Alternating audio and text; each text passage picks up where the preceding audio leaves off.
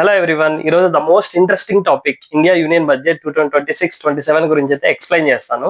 అసలు union budget అంటే ఏంటి, ఇందులో ఎలాంటి చేంజెస్ వచ్చాయి, ఇందులో ఏమేమి టాపిక్స్ కవర్ అవుతాయి, సెక్టార్ వైజ్ ఎలాంటి చేంజెస్ తీసుకొచ్చారో దీని గురించి అయితే పూర్తి డీటెయిల్స్ నేను కంప్లీట్ గా ఎక్స్ప్లెయిన్ చేస్తాను. అందరికి సింపుల్ గా అర్థమయ్యే విధంగా అందరు ఈ వీడియో లాస్ట్ వరకు అయితే చూడండి. ఎందుకంటే మన కంట్రీ ఏ విజన్ లో వెళ్తుంది, ఏ పాత్ లో వెళ్తుంది, ఎలాంటి ఇంప్రూవ్మెంట్స్ తీసుకొస్తుంది అనేది యాజ్ ఎ సిటిజన్ గా మనం అయితే ఖచ్చితంగా తెలుసుకోవాలి. అండ్ నేను ఎక్కువ టైం తీసుకోకుండా త్వరగా అయితే కంప్లీట్ చేసేస్తాను. Every year Indian government union budget అయితే రిలీజ్ చేస్తుంది. ఇందులో ఏముంటుందంటే ఈ ఇయర్ కంట్రీ మొత్తం ఏ సెక్టార్ లో ఎలా డబ్బులు ఖర్చు పెట్టబోతుంది అండ్ ఎకనామిక్ గ్రోత్ ని ఎలా ఇంక్రీజ్ చేస్తుంది, దీని గురించి అయితే కంప్లీట్ డీటెయిల్స్ ప్లాన్ అయితే ఎక్స్ప్లెయిన్ చేస్తారు. అండ్ ట్యాక్స్ రిలేటెడ్ ఏమైనా చేంజెస్ ఉంటే దాన్ని కూడా ఎక్స్ప్లెయిన్ చేస్తారు. ఈ 2026-27 బడ్జెట్ ఈ ఒక్క ఇయర్ కే కాదు, నెక్స్ట్ 5 to 10 years కి ప్లాన్ రెడీ అయ్యేటట్టు అయితే డిజైన్ చేశారనమాట. అంత డీటెయిల్ గా ఉండబోతుంది ఇది. అందుకే ఈ బడ్జెట్ ని the road map for India's future అని కూడా అంటున్నారు. సో ఈ బడ్జెట్ మెయిన్ గా దేని మీద ఫోకస్ చేస్తుంది అనే దాని గురించి మాట్లాడుకుందాం. Like tax system, infrastructure, agriculture, manufacturing, small business and startups, education, health care, IT services, overall economic growth and డెప్ట్ కంట్రోల్. ఇండియా మెయిన్ ఫోకస్ వచ్చి ఇంపోర్ట్స్ తగ్గించాలి, ఎక్స్పోర్ట్స్ పెంచాలి. ఇవన్నీ జరగాలంటే ఈ సెక్టార్స్ మొత్తం చాలా డెవలప్మెంట్ తీసుకురావాలి. ఎందుకంటే మీరు రీసెంట్ టైమ్ లో చూసినట్టయితే ట్రంప్ కి ఇండియాకి అయితే అస్సలు పడట్లేదు. అండ్ ఇప్పుడు ఇండియా EU ట్రేడ్ డీల్ కూడా జరిగింది. సో ఇంపోర్ట్స్ అండ్ ఎక్స్పోర్ట్స్ ఈజీగా జరగాలి అంటే మనం కూడా ఎక్కువ మ్యానుఫ్యాక్చర్ చేయాలి, మనం కూడా ఎక్కువ సప్లై చేయాలి. సో ఇలా చేయాలన్నప్పుడు ఎక్కువ మ్యానుఫ్యాక్చరింగ్ యూనిట్స్ ఉండాలి, ఇండస్ట్రీస్ ఎక్కువ ఉండాలి. సో ఇవన్నీ పెరిగాయంటే అందరికి జాబ్స్ కూడా ఈజీగా వస్తాయి. సో ఇంపోర్ట్స్ తగ్గించాలి అంటే ఇప్పటి వరకు ఏవేవైతే మనం ఇంపోర్ట్ చేసుకుంటున్నామో వేరే కంట్రీస్ నుంచి, వాటిని ఇక్కడే తయారు చేయడం అయితే స్టార్ట్ చేయాలి. అందుకే ఈ సెక్టార్స్ మీద అయితే గవర్నమెంట్ ఫోకస్ చేస్తుంది. ఫస్ట్ మనం ట్యాక్స్ సిస్టమ్ గురించి మాట్లాడుకుందాం. ఇది అందరూ వెయిట్ చేస్తున్న టాపిక్ అన్నమాట. Income tax for salaried individual. ఇందులో అయితే ఎలాంటి చేంజెస్ లేవు. యాజ్ ఈస్ లాస్ట్ ఇయర్ ఏవైతే ఉన్నాయో అవే స్లాబ్స్, అవే rules and regulations. Next coming to other direct tax related కొన్ని చేంజెస్ అయితే తీసుకొచ్చారు. But tax system related complete tax system అయితే సింప్లిఫై చేయబోతున్నారు. ఎందుకంటే ఇప్పటి వరకు మనకి ఏవైతే rules and regulations tax related, salaried individual కానీ, లేదంటే కంపెనీస్ కావచ్చు, కార్పొరేట్ సెక్టర్ కావచ్చు, ఏ సెక్టర్ అయినా కానీ, ఇప్పటి వరకు ఏవైతే rules and regulations, sections and laws ఏవైతే ఉన్నాయో ఇవన్నీ ఎప్పుడో లైక్ 60 years బ్యాక్ నుంచి అమెండ్మెంట్ చేసుకుంటూ వచ్చినవి అనమాట. సో ఒక్కదాని యొక్క ట్యాక్స్ ఫామ్ ఇంకో దాని యొక్క ట్యాక్స్ ఫామ్ కంపేర్ చేస్తే చాలా కన్ఫ్యూజన్ గా ఉంటుంది. సో వీటన్నిటిని గ్లోబలైజ్ చేయడానికి ఒక సింప్లిఫైడ్ మెథడ్ అయితే తీసుకొస్తున్నారు. సో ఆ సింప్లిఫైడ్ మెథడ్స్ ఏంటంటే ఎక్కడెక్కడైతే కామన్ పాయింట్స్ ఉంటాయో వాటిని క్లబ్ చేసి సింగిల్ ఫామ్ లాగా తీసుకురావడము, ఈ ఫామ్ అన్ని ఇండస్ట్రీకి ఇండస్ట్రీస్ కి అప్లికబుల్ అవుతుంది అని. సో ఇలా ఈజీగా అందరికి అర్థమయ్యే విధంగా కామన్ లాంగ్వేజ్ లో పెట్టి, రూల్స్ అండ్ రెగ్యులేషన్స్ చాలా క్లియర్ గా పెట్టి అందరికి ఈజీగా అర్థమయ్యే విధంగా అవైలబుల్ లో పెడతారు. అండ్ పేమెంట్స్ రిలేటెడ్ కూడా ఒక చేంజ్ అయితే తీసుకొస్తున్నారు. ట్రెడ్స్ అనే ఒక ఆన్లైన్ ప్లాట్ఫామ్ ని తీసుకొచ్చి ఎవరైతే స్మాల్ ఎంటర్ప్రైజెస్ ఉంటారో వీళ్ళు గూడ్స్ సప్లై చేస్తారు గవర్నమెంట్ సెక్టర్స్ కి. సో వాళ్ళ దగ్గర నుంచి వీళ్ళకి పేమెంట్ రావడానికి చాలా లేట్ అవుతుంది అనమాట. సో ఈ ట్రెడ్స్ ప్లాట్ఫామ్ ఏం చేస్తుంది అంటే వెంటనే ఈ స్మాల్ కంపెనీస్ ఇన్వాయిస్ అప్లోడ్ చేయగానే వెంటనే ఎవరైతే వీళ్ళ దగ్గర గూడ్స్ తీసుకున్నారో వాళ్ళు వెంటనే అప్రూవ్ చేయగానే బ్యాంక్ డైరెక్ట్ గా వీళ్ళకి బ్యాంక్ అకౌంట్ లో డబ్బులు వేసేస్తుంది. ఆ బ్యాంక్ వాళ్ళకి గూడ్స్ తీసుకున్న వాళ్ళు ఎప్పుడు డబ్బులు ఇస్తారంటే వాళ్ళు లేట్ గా ఇస్తారు. సో దీనివల్ల ఏమైతుంది అంటే బ్యాంక్స్ కి ఇంట్రెస్ట్ వస్తుంది అనమాట. బట్ ఎవరైతే స్మాల్ ఎంటర్ప్రైజెస్ ఉన్నారో వీళ్ళకైతే ప్రాఫిట్, ఆన్ టైం పేమెంట్ వచ్చేస్తుంది. నెక్స్ట్ ఫారిన్ పేమెంట్స్ అయితే TCS తగ్గిస్తున్నారు. ఫర్ ఎగ్జాంపుల్ మీరు బయట కంట్రీస్ కి ఎవరికైనా డబ్బులు పంపిస్తుంటే లైక్ ట్రావెల్ రిలేటెడ్ కావచ్చు, ఎడ్యుకేషన్ రిలేటెడ్ కావచ్చు, మెడికల్ ఎమర్జెన్సీస్ రిలేటెడ్ కావచ్చు. సో దీని మీద అయితే చార్జెస్ తగ్గుతున్నాయి. సో దీనివల్ల మిడిల్ క్లాస్ ఫ్యామిలీస్ కి, స్టూడెంట్స్ ఎవరైతే అబ్రాడ్ వెళ్తున్నారో అండ్ మెడికల్ ఎమర్జెన్సీస్ ఉన్న వాళ్ళకైతే చాలా బెనిఫిట్ ఉంటుంది.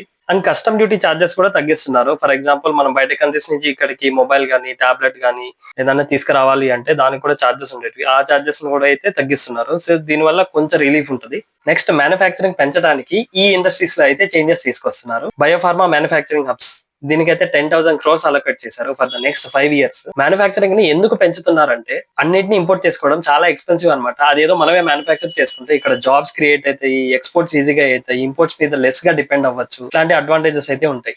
అండ్ ఈ బయోఫార్మా మ్యానుఫ్యాక్చరింగ్ హబ్స్ కి ఏవైతే రిసోర్సెస్ కావాలో లైక్ రీసెర్చ్ ఇన్స్టిట్యూట్స్ కావచ్చు, R&D సెంటర్ కావచ్చు, ల్యాబ్స్ కావచ్చు, అండ్ నీట్ ఎగ్జామ్ రిలేటెడ్ కావచ్చు, వీటన్నిటిలో కూడా చేంజెస్ అయితే తీసుకొస్తున్నారు. And electronics related last year April లో 22,919 crores అయితే అలొకేట్ చేశారు. బట్ ఈ బడ్జెట్ లో దాన్ని 40,000 కి అయితే పెంచుతున్నారు. ఎందుకంటే ఇప్పుడు మన డైలీ లైఫ్ లో ఎలక్ట్రానిక్ గ్యాడ్జెట్స్ అనేవి చాలా మ్యాండేటరీ అయిపోయాయి. సో వాటికి ఉన్న డిమాండ్ కి తగ్గట్టు సప్లైని పెంచాలి అంటే ఎలక్ట్రానిక్ కాంపోనెంట్స్ మ్యానుఫ్యాక్చరింగ్ కూడా పెంచాలి. అండ్ సెమీ కండక్టర్ మిషన్ అనే ఒక స్కీమ్ ఆల్రెడీ నడుస్తుంది లైక్ 1.0 అని. ఇప్పుడు దాన్ని అయితే ISM 2.0 చేస్తున్నారు. And rare earth permanent magnet related అయితే ఒక స్కీమ్ అయితే ప్రపోజ్ చేశారు. లైక్ ఏవైతే మినరల్ రిచ్ స్టేట్స్ ఉన్నాయో లైక్ ఒడిషా, కేరళ, ఆంధ్రప్రదేశ్, తమిళనాడు, వీటిల్లో రేర్ ఎర్త్ కారిడార్స్ ని ఎస్టాబ్లిష్ చేసి మైనింగ్ అండ్ మ్యానుఫ్యాక్చరింగ్ ప్రాసెస్ ని అయితే ఎస్టాబ్లిష్ చేస్తారు. సో దీనివల్ల జాబ్ ఆపర్చునిటీస్ క్రియేట్ అవుతాయి. ఇంపోర్ట్ మీద ఎక్కువ డిపెండ్ అవ్వకుండా ఉండొచ్చు. ఈ వీడియోని ఇంకా చూస్తే ఎవరైనా లైక్ చేయకపోతే ఈ వీడియో లైక్ చేసి ఛానల్ అయితే సబ్స్క్రైబ్ చేసుకోండి. కన్స్ట్రక్షన్స్ అండ్ ఇన్ఫ్రాస్ట్రక్చర్ డెవలప్ చేయడానికి ఒక స్కీమ్ అయితే తీసుకొచ్చారు. అండ్ ఈ స్కీమ్ లో high value and high technology advanced అయిన fire fighters, lifts and tunnel boring equipments ఎక్కడైతే రోడ్స్ కన్స్ట్రక్ట్ చేయడానికి యూస్ చేస్తారు అండ్ మెట్రోస్ బిల్డ్ చేయడానికి యూస్ చేస్తారు. నెక్స్ట్ వచ్చి కంటైనర్ మ్యానుఫ్యాక్చరింగ్ రిలేటెడ్ ఒక స్కీమ్ అయితే తీసుకొచ్చారు. సో గ్లోబల్ గా ఈ కంటైనర్ ఎకో సిస్టమ్ అయితే బిల్డ్ చేయడానికి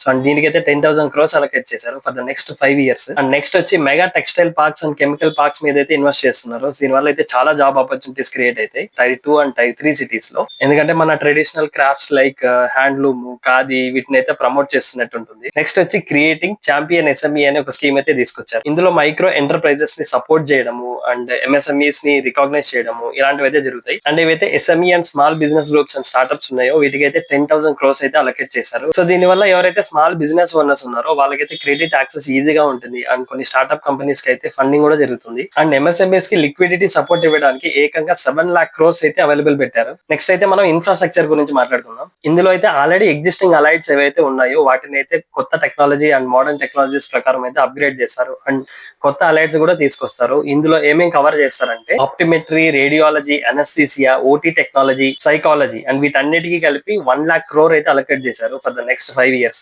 అండ్ ఆయుర్వేదిక్ సైడ్ కూడా ఇన్వెస్ట్ చేస్తున్నారు. లైక్ ఆయుర్వేదిక్ ఫార్మసీస్ ని, ల్యాబ్స్ ని హై స్టాండర్డ్స్ లో ఇంప్రూవ్ చేయడం. నెక్స్ట్ వచ్చి యానిమల్ హస్బెండరీ రిలేటెడ్ కూడా ఒక స్కీమ్ అయితే రిలీజ్ చేశారు అండ్ వెటర్నరీ పైన లోన్స్ సబ్సిడీస్ ఇవ్వడం ఇలాంటివి. నెక్స్ట్ అయితే ఆరెంజ్ ఎకానమీ పేరుతో ఇంకో స్కీమ్ అయితే తీసుకొచ్చారు. ఇందులో animation, visual effects, gaming and comic related sector అన్నమాట ఇది. సో ఇప్పుడైతే ఇది చాలా గ్రో అవుతుంది. బై 2030 మనకైతే 2 million ప్రొఫెషనల్స్ అయితే కావాలి. బట్ ఇప్పుడైతే అంతమంది లేరు. ఈ సెక్టర్ ని సపోర్ట్ చేయడానికి ఆల్మోస్ట్ 15,000 సెకండరీ స్కూల్స్ లో అండ్ 500 కాలేజెస్ లో అయితే కొత్తగా ల్యాబ్స్ అయితే ఏర్పాటు చేయబోతారు. అండ్ ఇన్ఫ్రాస్ట్రక్చర్ లో భాగంగా ఎడ్యుకేషన్ రిలేటెడ్ ఎవ్రీ డిస్ట్రిక్ట్ లో ఒక గర్ల్స్ హాస్టల్ అయితే ఉండేటట్టుగా అయితే మ్యాండేటరీ చేస్తూ డెవలప్ చేయబోతున్నారు. సో దీంతో అయితే union budget related most of the schemes అయితే అన్ని కవర్ చేశాను. అండ్ ఈ స్కీమ్స్ గురించి మీరేమనుకుంటున్నారో కమెంట్ లో చెప్పండి. వెళ్లే ముందు ఇంకా మన వీడియోని ఎవరైనా లైక్ చేయకుండా ఉంటే లైక్ చేసి ఛానల్ అయితే సబ్స్క్రైబ్ చేసుకోండి. అండ్ రీసెంట్ గా gold and silver crash related నేనైతే ఫుల్ వీడియో చేశాను. దాన్ని ఇంకా ఎవరైనా చూడకుండా ఉంటే ఇక్కడ కార్డ్స్ లో అటాచ్ చేస్తాను, వెళ్ళి చూసేయండి. నెక్స్ట్ వీడియోలో కలుసుకుందాం. By by.